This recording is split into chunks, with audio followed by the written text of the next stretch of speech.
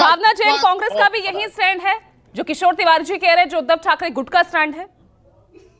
पूजा जी, ये बिल्कुल स्पष्ट है कि पूरी महाराष्ट्र की जनता का रुख अजीत पवार जी समझ गए हैं। महायुति को ये शायद अभी तक समझ में नहीं आ रहा है।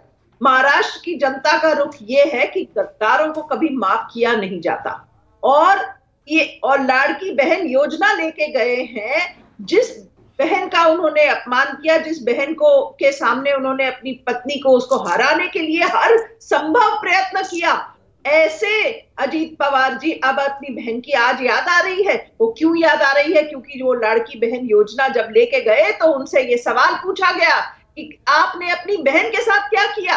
तो जब आप महाराष्ट्र की बहनों की बात करते हैं, उनके साथ न्याय की बात करते हैं, तो वो न्याय कहां से देंगे जब आपने अपने घर में अपनी बहन को न्याय नहीं दिया।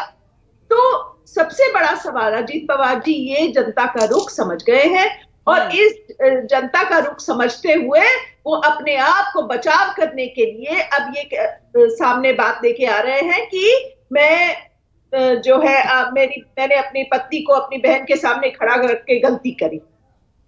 पर मैं ये जानती हूं और आप भी ये जानती हैं, महाराष्ट्र की जनता ऐसी गलतियों को माफ नहीं करती, ऐसी गद्दारी को माफ नहीं करती। और ये इसका हर्जाना आगामी विधानसभा चुनाव में अजीत पवार ही नहीं बल्कि पूरी महायुति को ये झेलना पड़ेगा। महाराष्ट्र की जनता नाराज है, ये चाहे जो कर ले और जो लेके जाए। हो सकता है मुद्दा तो ये भी हो सकता है ना कि सीट शेयरिंग का मामला सिर्फ महायुति का तो है नहीं, वो तो एमवी में भी खड़ा होगा और अजीत पवार के आने से और यहाँ मामला क्रूशियल हो जाएगा।